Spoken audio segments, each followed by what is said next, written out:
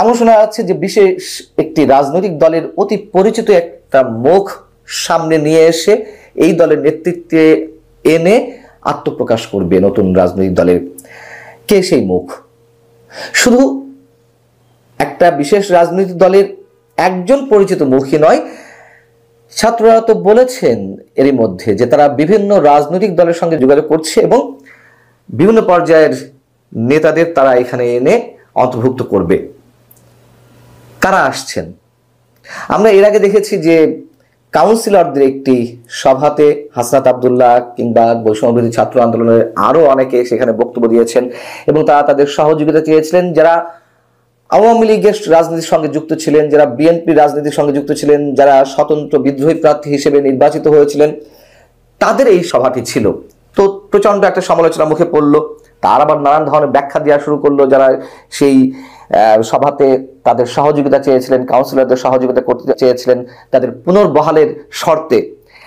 এখন যেটি জানা যাচ্ছে, আমি যেটি জানতে পেরেছি, তারা এর আরো উপরের কিছু রাজনৈতিক ব্যক্তিত্বদের সামনে নিয়ে আসবে। তারা কারা? 24-এর নির্বাচনে যারা স্বতন্ত্রভাবে প্রতিদ্বন্দ্বিতা করে নির্বাচিত হয়েছিলেন সংসদ সদস্য, বিদ্রোহী প্রার্থী হিসেবে সংসদ সদস্য হিসেবে নির্বাচিত হয়েছিলেন, আমি আর ডামির নির্বাচনে যারা ডামি প্রার্থী হিসেবে ছিলেন তাদেরকে এই দলে আনা হবে। তো যারা স্বতন্ত্র প্রার্থী বা বিদ্রোহী প্রার্থী হিসেবে নির্বাচিত হয়েছিলেন কিংবা ডামি প্রার্থী হিসেবে প্রতিদ্বন্দ্বিতায় নিজের নাম অন্তর্ভুক্ত করেছিলেন, তাদের অধিকাংশই তো আওয়ামী লীগের। এবং শোনা যাচ্ছে যে তাদের অনেকের সমাগম ঘটতে পারে এই দলে। কেন তারা আসছেন? ছাত্রদের হিসাবটি করা যে যারা নির্বাচিত হয়েছিলেন 2024-এর নির্বাচনে, এক আওয়ামী লীগের জোয়ারে তো ভেসে যাচ্ছিল, তাই না, কথিত জোয়ার। তো তার মধ্য দিয়ে যারা নির্বাচিত হয়েছিলেন আওয়ামী লীগের শক্ত প্রার্থীদেরকে চ্যালেঞ্জ করে, এলাকায় নিঃসন্দেহে তাদের অনেক ধরনের শক্ত মজবুত ভিত রয়েছে, তাদের জনপ্রিয়তা রয়েছে, এই মানুষগুলোকে দলে আনার চেষ্টা করছে। এমনকি যারা আওয়ামী লীগের 15-16 বছর ধরে বঞ্চিত ছিলেন, নিগৃহীত ছিলেন, তাদের অনেকে আসতে পারেন, বিএনপির কিছু তৃণমূল পর্যায়ে আসতে পারেন। কিন্তু আমার কথা হচ্ছে যে আওয়ামী লীগের এই নেতাদেরকে বা সাবেক সংসদ সদস্য বা যারা প্রতিদ্বন্দ্বিতা করেছেন 2024-এর 7 জানুয়ারি নির্বাচনে, তাদেরকে নিয়ে এসে কি নতুন রাজনৈতিক দলটি তেমন কোনো চমক দেখাতে পারবেন? এরা পারবে কিনা চমক দেখাতে? আমার মনে হয় সেখানে খুব বেশি চমক থাকবে না। এগুলো হিসাবের কথা, এগুলো করারই কথা। অনেকেই আসতে পারেন এই নতুন দলে। এদিকে বিএনপির সাথে জোট করে নির্বাচনে একটা বিষয় আমি জানিয়েছিলাম, সেটিও হওয়ার সম্ভাবনা রয়েছে। সেটা তো নির্বাচনকে সামনে রেখে, এবং নির্বাচনকে সামনে রেখে বৈষম্যবিরোধী ছাত্র আন্দোলন কিংবা জামাতের পক্ষ থেকে একটা প্রস্তাব তারেক রহমানের কাছে যাওয়ার কথা আমি জানিয়েছিলাম আমার বিশ্বস্ত সূত্রের মাধ্যমে। সেটি যে একেবারে উড়িয়ে দেওয়া যাচ্ছে বা এখনই আমরা আলোচনা বাইরে রাখবো তা নয়।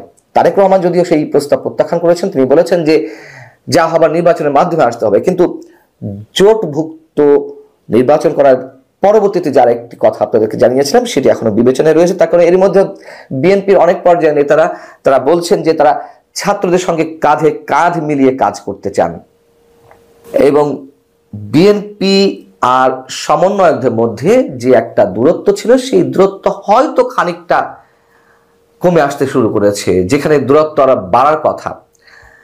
তার কারণ বিএনপি এরই মধ্যে জুলাই ঘোষণাপত্র একটা ডিক্লিয়ারেশন দিতে যাচ্ছে, যা তারা খসড়া তৈরি করেছে। সেই জায়গা থেকে অনেক ধরনের পার্থক্য রয়েছে ছাত্রদের যে ঘোষণাপত্র ছিল তার মধ্যে। এবং এরই মধ্যে আরো একটা বিতর্ক হয়েছে। আমাদের প্রধান উপদেষ্টা যে বিতর্কের জন্ম তিনি নিজেই দিয়েছেন, ফিনান্সিয়াল টাইমসের সঙ্গে একটি সাক্ষাৎকারে তিনি বলেছিলেন যে তার আশীর্বাদে বা তার উৎসাহে নতুন রাজনৈতিক দল গড়ে উঠতে যাচ্ছে। তো এটা নিয়ে তো কথা হয়েছে অনেক, এখনো হবে। সরকারের নিরপেক্ষতা বিন্দু মাত্র নেই এই মুহূর্ত পর্যন্ত, আমি এটুকু নিশ্চিত করে বলতে পারি।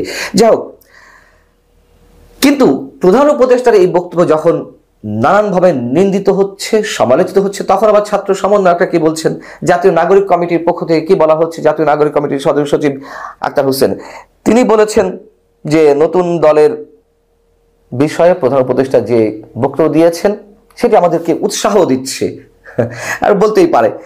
তার কারণ বিশেষ একটি রাজনৈতিক দলকে উৎসাহ দিবেন সরকারের নির্বাহী প্রধান থেকে, এটি তো আর সহজে মেনে নেওয়া যায় না।